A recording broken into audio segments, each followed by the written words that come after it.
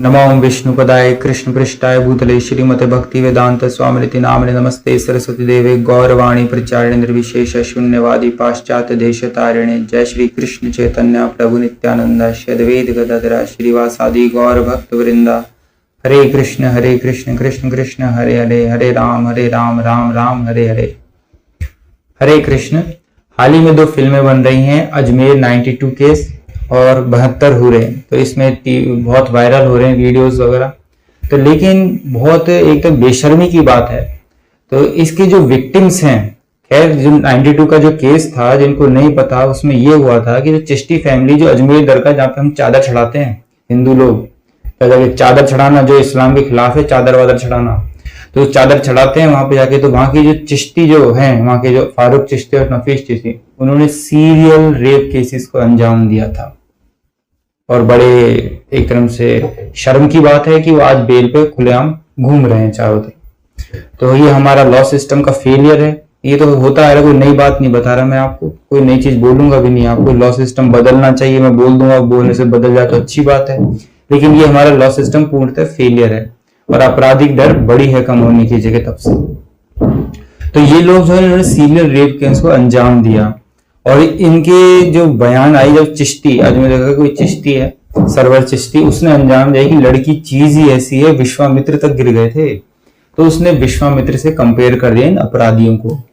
ये हराम खोर हैं ऐसे लोग, हराम। तो ये क्या है, इस्लाम को जो फॉलो नहीं करते उनको हराम बोला जाता है। तो ये सारे हराम खोर हैं जो इस्लाम का चोला पहन के बैठे हुए हैं।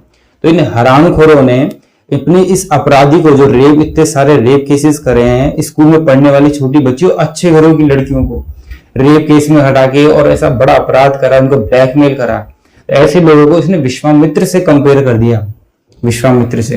तो हरामखोर विश्वामित्र को हमें जान लो पहले। विश्वामित्र जो थे, उनका नाम जो पहले का था वो कौशिक था, जो राजा थे, राजपाट करते थे। परंतु उनकी एक बार लड़ाई हो गई थी वशिष्ठ जी से, कामधेनु गाय को लेकर। तो ऐसी परिस्थिति में जब उन्होंने वशिष्ठ जी की शक्तियों को देखा, एक ब्रह्म ऋषि की शक्तियों को देखा, तो उनसे वो प्रभावित हुए और उन शक्तियों को पाने के लिए वो जंगल गए और जंगल में जाके तप के रास्तों को उन्होंने चुना। यहाँ पे सोसाइटी में रह के, मतलब अपनी इंद्रिय तृप्ति में नहीं लग गए, लड़कियों के साथ तुम्हारे ऐसे वो करने नहीं लग गए। जंगल में गए सबसे दूर, ताकि स्त्रियों का संग भी नहीं हो पाए। वहां पे गए, वहां पे तप करने का प्रयास किया। लेकिन जब उनकी तप शक्ति बढ़ी, तब ज्यादा बढ़ा, जो इंद्रलोक जो थे, इंद्र देवता का सिंहासन डगमगाने लग गया। उनको लगा कि ये तप से करके मेरे सिंहासन को हत्या लेगा। तो उन्होंने मेनका को उनके पास जाने के लिए बोला। यहाँ पे आप देख रहे, मेनका को बोला, वो खुद नहीं गए थे, मेनका गई थी उनके पास। हनी ट्रैप करा गया था इंद्रदेव के द्वारा। तब जाके मेनका के कारण मेनका उनके पास गई, और वो थोड़े से राजसिक प्रवृत्ति के थे। जो प्रवृत्ति होती है रासिक प्रवृत्ति थी, उस प्रवृत्ति के कारण, अपनी पुरानी हैबिट्स के कारण उनका पतन हो गया। तो ऐसी परिस्थिति में पतन का मतलब ये नहीं है वो गिर गए, वो पतन हुआ, उनकी बेटी हुई, गृहस्थ में गए। लेकिन जैसे ही उनको पता लगा कि वो ट्रैप था, इंद्रदेव का ट्रैप था, उसी समय उन्होंने सारी विस्मृति कर दी, मेनका को विस्मित कर दिया और पुनः अपने लक्ष्य की ओर आगे बढ़े। दोबारा तप में लगे और दोबारा काफी तप करा। तो दोबारा से इंद्रदेव ने दूसरी अप्सरा को करा। अब उस अप्सरा को उनको पता था सारे, लेकिन इस बार वो उस अप्सरा से अपने अब जो ध्यान था उन्होंने तोड़ा नहीं और अपने लक्ष्य की तरफ आगे बढ़ते चले गए। और जब वो अपने लक्ष्य की तरफ आगे बढ़े, आत्मबोध हुआ, तब उनका नाम कौशिक से विश्वामित्र पड़ा। मतलब उन्होंने ये जो तपस्या करी थी, शत्रुता के लिए करी थी, वशिष्ठ से शत्रुता के लिए करी थी। परंतु जब वो ब्राह्मण बन गए, वास्तविक ब्राह्मण बन गए, तो विश्व के मित्र बन गए। इसलिए उनका नाम था विश्वामित्र। इवन वशिष्ठ जी के भी मित्र बन गए थे। बाद में जाके वही मर्यादा पुरुषोत्तम श्री राम के गुरु बने। तो तुम विश्वामित्र से कल्पना कर रहे हो इस अपराध की। हराम को थोड़ी शर्म करो। इन अपराधियों को इस्लाम के अनुसार भी मृत्यु दंड मिलना चाहिए। अब तुम सिविल कोड के पीछे पड़े हो कि एक्चुअली तुम क्या, इस्लाम से कोई मतलब ना है तुमको है 4 शादियों से मतलब। अगर तुम वास्तव में विरोध करते तो इन अपराधियों का भी तो विरोध करते थे, जो इस्लाम के अनुसार एक तरह से मृत्यु दंड के पात्र हैं। यहाँ पे विरोध करो थोड़ा, इसके खिलाफ आवाज उठाओ। यहाँ पे आवाज नहीं उठेगी तुम्हारी तो 4 शादियां पूरी रहनी चाहिए। 4 शादियां पूरी हो हलाला के नाम पर जिना करे हैं, चाहे ससुर से करे, ब्रदर सब बहन सिस्टर से, मतलब सारे ना तो इस्लाम में हिंदू भाइयों से मैं बोलूंगा ये जो चल रहा है कुरान में ऐसा कहीं वर्णित नहीं है। कुरान को मिस इंटरप्रेट करके ये सारी गंद फैला रखी है हमारे देश के अंदर। तो ऐसी परिस्थिति में यूनिफॉर्म सिविल कोड मांग है इस देश की, बहुत जरूरी है। इन्होंने औरतों को जो अब इस्लाम में खेती का मतलब ये होता है, खेती में हम बीज डालते हैं तो एक पौधा उगता है, उपज होती है। इसी प्रकार जब स्त्री और पुरुष मिलते हैं तो आगे की हमारी जनरेशन आगे बढ़ती है, इसलिए सेक्स का जरूरी होता है। परमेश्वर की बनाई कोई भी चीज गलत नहीं है। इवन हमारी गीता में बोला गया धर्म अवरुद्ध काम अस्मि, धर्म के अनुसार जो काम जो सेक्स लाइफ की जाए वो स्वयं श्री कृष्ण और परमेश्वर के द्वारा बताया गया है। और जो अपने आप को समझ के बैठे हुए हैं कि भाई अल्लाह ही मिलेगा, चाहे कुछ ही कर ले हम अल्लाह मिलेगा, मौलवी ने बोल दिया है वो अल्लाह मिलेगा, कुरान हम पढ़ेंगे नहीं, अल्लाह क्या कहना चाहते हैं वो समझेंगे नहीं। ये मुल्ला मौलवी जो बोल देंगे, जो तुम्हारा हलाला करा के तुम्हारी ऐसी तैसी कर रखे हैं, उनकी बात मान के खुद की भी ऐसी तैसी कर रहे हो, देश में गंद फैला रहे हो। तो ऐसे में यूनिफॉर्म सिविल कोड बहुत जरूरी है। मैं आपको बताता हूँ इस्लाम में कहाँ पे वर्णित है पॉलीगैमी, मतलब एक से ज्यादा शादी कहाँ पे वर्णित है। देखिए सूरा अर-निसा की जो दूसरी और जो तीसरी आयत है वो क्या कहती है, और अनाथों को उनका माल दे दो और बुरी चीज को अच्छी चीज से ना बदलो और ना उनके माल को अपने माल के साथ मिलाकर खा जाओ, यह बहुत बड़ा गुनाह है। मतलब यहाँ पे अनाथों के प्रति क्या तुम्हारा कर्तव्य है वो बताया जा रहा है।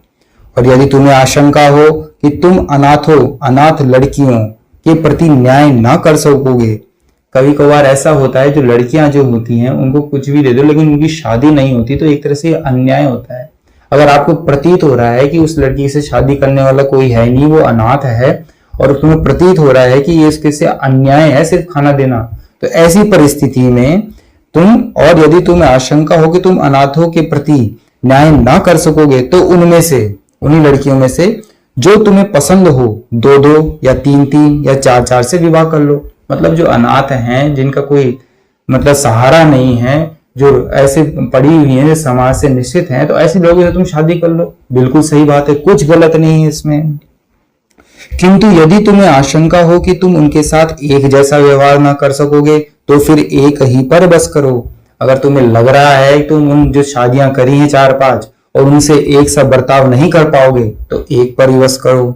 और उस स्त्री पर जो तुम्हारे कब्जे में आई हुई हो उसी पर बस करो, जो तुम्हारी पहले से जिससे शादी हो रखी हो उसी पर बस करो, इसमें तुम्हारे न्याय से ना हटने की अधिक संभावना है। तो यहाँ पे हमें देखने को मिलता है कि कुरान में जो बताया गया कि 4 शादियां कब करनी है, कि जब तुम्हारे सामने कोई अनाथ लड़की हो जिसका कोई सहारा ना हो, और उसकी मदद करने के बाद भी ऐसा लगे कि तुमने उसके साथ न्याय नहीं किया है, क्योंकि लड़की की सबसे पहली जरूरत होती है वो होती है विवाह। तो तुम ऐसी परिस्थिति के अंदर 3-3, 4-4 शादियां कर सकते हो, उसमें भी लिमिट है, 4 से ज्यादा नहीं कर सकते। परंतु यदि तुमको लग रहा है कि 4 शादियां करने के बाद तुम उनके साथ एक सा व्यवहार नहीं कर पाओगे, उनकी देखरेख इक्वल लेवल पर इक्वलिटी के साथ नहीं कर पाओगे, तो ऐसी परिस्थिति पर एक पर ही बस करो, मतलब एक से ज्यादा शादी मत करो। ऐसी परिस्थिति में तुम्हारे से अन्याय होने के जो चांसेस है वो कम हो जाते हैं। तो आज की परिस्थिति में, आज के परिप्रेक्ष्य में एक से ज्यादा शादी करना कौन न्याय करता है? ये तो औरतों को पेल रहे हैं, शब्द ऐसा ही है लेकिन वास्तव में पेल रहे हैं। तो यहाँ पे कुरान में जो बताया गया वो अनाथों के इसलिए बताया गया है, परंतु हमें तो 4-4 शादियां करनी है, मौज करनी है, मस्ती हो रही है मुल्लों की खूब, तभी तो यहाँ पे धन परिवर्तन हो रहा है। और किस लिए हो रहा है? आदमी जो है वो मुस्लिम बनेगा इस धरती के अंदर, देश के अंदर 4 शादियों के लिए, मौज मस्ती के लिए,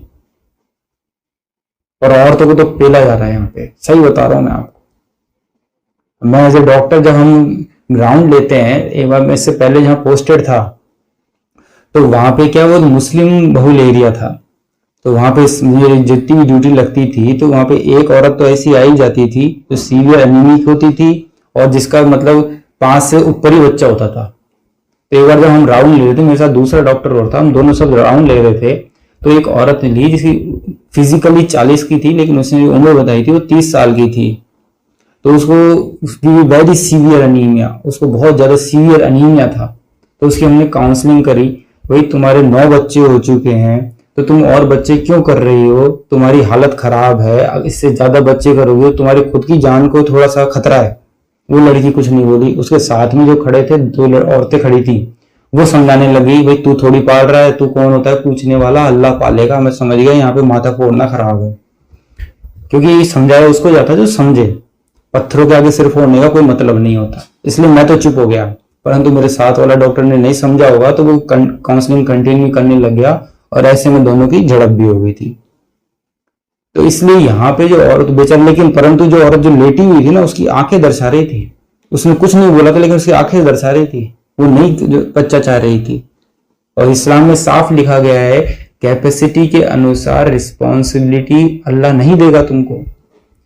कैपेसिटी से ज्यादा आगे जाके किसी का एक तरह से शोषण करोगे तो वो इस्लाम के खिलाफ है। तो ऐसे बच्चे तो अल्लाह पालेगा, दूसरा बच्चे अल्लाह पालेगा।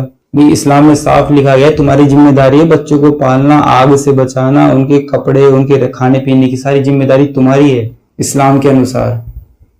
अगर अल्लाह को बच्चे पालने होते तो वो पैदा भी वही कर देते, तुमको पैदा कर रहे हो, फिर तुम क्यों सेक्स कर रहे हो, फालतू में मजे कर रहे हो। जितने बच्चे चाहे उतने पैदा करो, और तुमसे परवरिश हो नहीं रही है। ढंग से परवरिश करो, अच्छे पैदा करो, चाहे 20 पैदा करो, लेकिन परवरिश बढ़िया हो रही है तो वो सारे सोसाइटी के काम आते हैं, सोसाइटी को एक तरह से उत्थान के काम आते हैं। और तुमसे बच्चे समझ नहीं रहे हैं, उनको मांस काट रहे हो, बकरे काट रहे हो, शुरुआत से आग में झोंक रहे हो, जहन्नुम की आग में झोंक रहे हो, जिसके कारण से वो एक तरह से दुष्कृत हो जाते हैं, दुष्ट बन जाते हैं, निर्मम हत्या करने वाले बन जाते हैं, जिनको हत्या करने में जरा सा भी संकोच नहीं होता है। तो ऐसे बच्चे पैदा कर रहे हो जो इस्लाम के खिलाफ है। तुम कुफ्र कर रहे हो, कुफ्र कर रहे हो, औरतों के साथ ज्यादती कर रहे हो। तो इस्लाम में रिफॉर्म तब पॉसिबल है जब इस्लाम को जो वास्तव में जो फॉलोवर, ट्रू फॉलोअर्स हैं, वही इस रिफॉर्म के लिए आगे बढ़ेंगे। परंतु इस रिफॉर्म के लिए जो आगे बढ़ता है उसको दबा दिया जाता है, क्योंकि मुल्ले मौलवियों की दुकान बंद हो जाएगी, हलाला बंद हो जाएगा।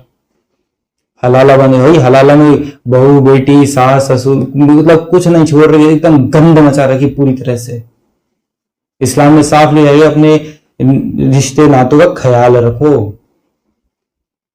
भाई बहन में शादियां नहीं होती हैं, लेकिन गंद मचानी है हमको, तो पूरी तरह गंद मचा रखी है। तो इस गंद को साफ करने के लिए पहली बात तो इस्लाम के अंदर से ही कोई रिफॉर्मिस्ट आए तो बहुत बढ़िया रहेगा, क्योंकि मैं तो हूं सनातनी और हम समझाएंगे तो इनको लगेगा कि हम इनके क्या है खिलाफ हैं, हम इनके खिलाफ बोल रहे हैं, तो वो चीजें थोड़ी गलत मान। लेकिन इस्लाम को चेंज करना है तो इस्लाम के अंदर से रिफॉर्मिस्ट आना पड़ेगा। हिंदू जो समाज है उसकी ये खासियत है, हिंदू में कुछ गलत होता है तो हिंदू भी उसके विरोध में खड़े होते हैं। इवन भी मुस्लिम के साथ कुछ गलत हो रहा है तो उसके साथ भी हिंदू खड़े हुए मिल जाएंगे आपको बहुत सारे। परंतु मुस्लिम कोई गलत करता है उसके विरोध में मुस्लिम बहुत मुश्किल से खड़े हुए मिलेंगे। इस देश के अंदर आपको बहुत मुश्किल से खड़े हुए मिलेंगे, और यही कारण है इस्लाम के पतन होने का फ्यूचर के अंदर, क्योंकि आप अल्लाह को फॉलो नहीं कर रहे हो, आप कुरान को फॉलो नहीं कर रहे हो, तो अल्लाह ही आपके इस धर्म को, जो धर्म क्या है, इस नाटकीय धर्म को जिसमें आप अपने अंदर की जो वासना है उसको पूरी करने में लगे हुए हो, वो खत्म होके रहेगा। गजवाई हिंद का स्वप्न देख रहे हो, तुम्हारा इस्लाम खतरे में है। तुम्हारे इस्लाम को बचाने वाला कोई रिफॉर्मिस्ट आए तब जाके इस्लाम बचेगा, वरना इस्लाम को बचाना बहुत मुश्किल है। तो ऐसे जो सरवर चिश्ती ऐसे मुल्ले हैं, ये हलाला वाले लोग हैं, इनको हलाला की दुकान चाहिए, इसलिए ऐसे लोग विरोध करेंगे इस चीज का। और हलाला को मैं आपको समझा देता हूं, हलाला जो है वो क्या है, कुरान का जो कंसेप्ट हलाला का है वो क्या कंसेप्ट है कि आप 2 बार तो तलाक दे सकते हो, तीसरी बार जब आप तलाक देते हो तो एक इद्दत का पीरियड होता है, एक पर्टिकुलर पीरियड है उसमें, क्योंकि कभी कभी गुस्से में हम तलाक दे दिया, पता नहीं चलता गुस्से में तलाक दे दिया, तो पीरियड दिया जाता है, एक टाइम पीरियड दे रखा है कि आप इतनी देर तक दूर रहो दोनों, और उसके बाद अगर डिसाइड करते हो कि तलाक लेना ही है और उस समय तुम्हारा मन बदल जाता है तो दोनों साथ में रहो, और नहीं बदलता तो फिर उस समय तलाक ले लो, फिर छोड़ दो, फिर उसको देखो भी मत, फिर चाहे वो दूसरे से शादी करे उसको रोको भी मत। तो जब वो दूसरे से शादी करेगी और दूसरे के साथ रहेगी, फिर उनके बीच में कुछ डिस्प्यूट हो जाता है, ये नहीं दुकान नहीं चलानी है। हलाल की मतलब ये है कि अल्लाह ने जो आदेश दिए हैं उसमें तुम हराम के रास्ते खोज रहे हो, कैसे, तभी तो तुम हराम खोर हो, तुम मुसलमान नहीं हो, तुम हराम खोर हो। रास्ता भी हलाल, उसको कॉन्ट्रैक्ट दे दिया, वो खा दिया, उसने उससे शादी कर दी, उसने उसको डाइवर्स दे दिया, मुल्ले को डाइवर्स दे दिया, पैसे ले लिए, खत्म। क्या मजाक बना रखा है इस्लाम का, गंद मचा रखी है। तो इस सरवर चिश्ती के बयान से साफ पता लगता है ये औरतों को क्या समझते हैं। भाई औरतों में कोई गलती नहीं है, ये अल्लाह की बनाई हुई है ये औरतें। जैसे आप अल्लाह के बनाए हो और तुम भी लिबास हो, औरतें भी लिबास हैं कुरान के अनुसार। तुम कोई फरिश्ते नहीं हो, फरिश्ते पैदा नहीं हो क्या गए, तुम भी लिबास हो। कहने का मतलब है दोनों एक दूसरे की जरूरत है। परंतु ये जो सरवर चिश्ती ने बोला कि चीज, उसकी मेंटेलिटी आप समझ सकते हैं किस उस मानसिकता से बोला है। गलती दूषित हमारा मन है।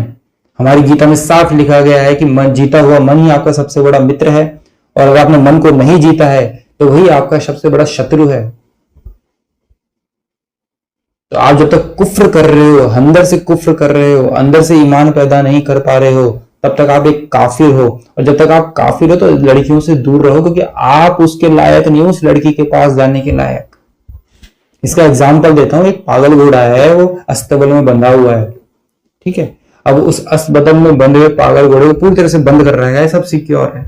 मगर हमारे सरवर चिश्ती को सूझ गई कि हम तो इस पागल घोड़े पे बैठे घूमने जाएंगे। अब ये बुड्ढा मुल्ला सरवर चिश्ती उस पर बैठ गया और अस्पताल का गेट खुलवा दिया। अब वो जो घोड़ा दौड़ता दौड़ता गया, इधर उधर सब जगह दौड़ा, सामने उसके पेड़ आया, उससे उसका एक्सीडेंट हो गया, सरवर चिश्ती का माथा फूट गया। तो इसमें पेड़ की गलती है क्या? गलती किसकी है? सरवर चिश्ती की गलती है। उसका मन जो घोड़े के समान है, पागल घोड़े के समान है, उसकी गलती है। तो ऐसे लोगों को एक बार अस्पताल में बंद करके रखना चाहिए, खुला नहीं छोड़ना चाहिए। ये समाज में एक तरह से गंद फैलाने वाले लोग हैं। और पेड़ जो यहाँ पे है वो स्त्री है, उसकी क्या गलती है? वो तुम्हारे पास थोड़ी आई थी, तुम फोन कर करके बुला रहे हो बेचारियों को। 10 से 12 क्लास की लड़कियां हैं, उनका रेप कर रहे हो, वो आत्महत्या कर रही है। तुम यूनिफॉर्म सिविल कोड का विरोध कर रहे हो। जो मुल्ले मौलवी हैं, जिनकी हलाला की दुकान जो है बंद होने को आ रही है, तो जो विरोध कर रहे हो, तो क्या इस्लाम में रेपिस्ट के खिलाफ मृत्यु दंड है? इसका विरोध नहीं होना चाहिए? जो आज बेल पर खुले घूम रहे हैं, फारूक चिश्ती, नफीस चिश्ती, सब खुले घूम रहे हैं, इसका विरोध करो। ये भी तो इस्लाम के खिलाफ है, इसको मृत्यु दंड मिलना चाहिए। परंतु ये मुस्लिम है, इसके विरोध में तुम नहीं आओगे। मैंने पहले बताया है कि हिंदुओं की एक खासियत है कि हिंदू में कोई गलत करता है तो उसके विरोध में हिंदू ही आते हैं गलत का विरोध करने के लिए। इवन मुस्लिम के साथ भी कुछ गलत हो रहा है तो उसके साथ में बहुत सारे हिंदू खड़े हुए मिल जाएंगे आपको।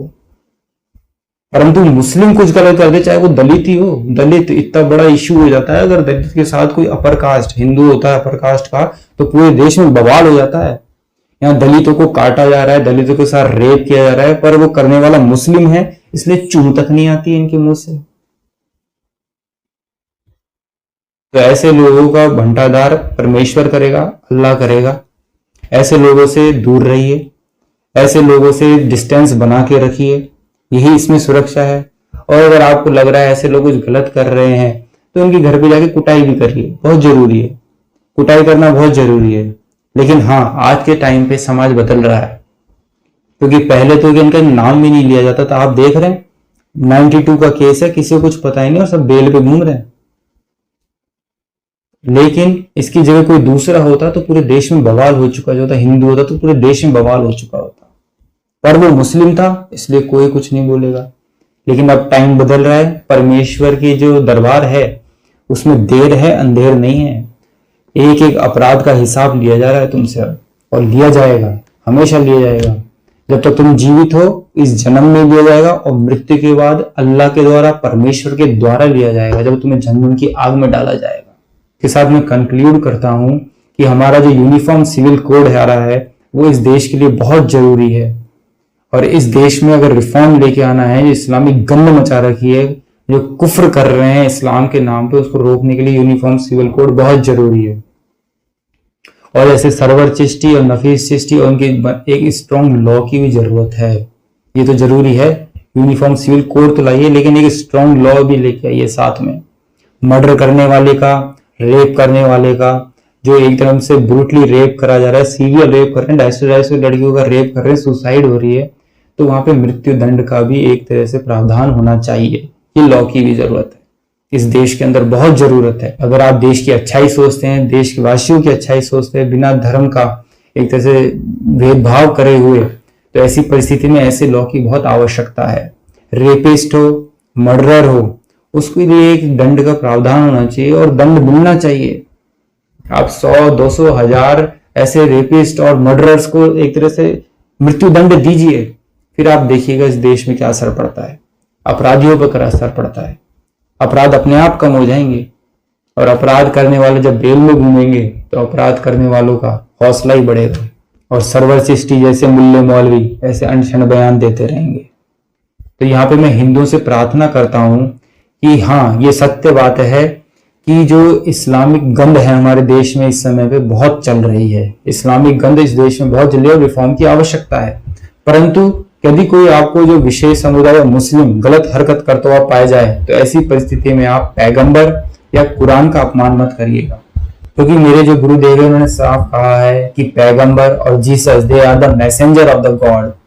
तो यदि हम उनका अपमान करते हैं तो हम परमेश्वर का एक तरह से अपमान करेंगे, हम अल्लाह का एक तरह से अपमान करेंगे, बल्कि हमें अपमान उस व्यक्ति का करना चाहिए जो उनके आदेशों को फॉलो नहीं कर रहा है, उसका विरोध करना चाहिए, उसके खिलाफ कार्रवाई करनी चाहिए, जो भी हमारे पास हो सके वो कार्रवाई करनी चाहिए। सिर्फ कैंडल मार्च लेके घूमना नहीं चाहिए, उनका घेराव करना चाहिए, उनके घरों का घेराव करना चाहिए, जो हमसे बन सके FIR करनी चाहिए, पुलिस की मदद लेनी चाहिए, लॉ सिस्टम को मेंटेन करते हुए। जय हिंद, जय श्री कृष्णा, जय श्रील प्रभुपाद।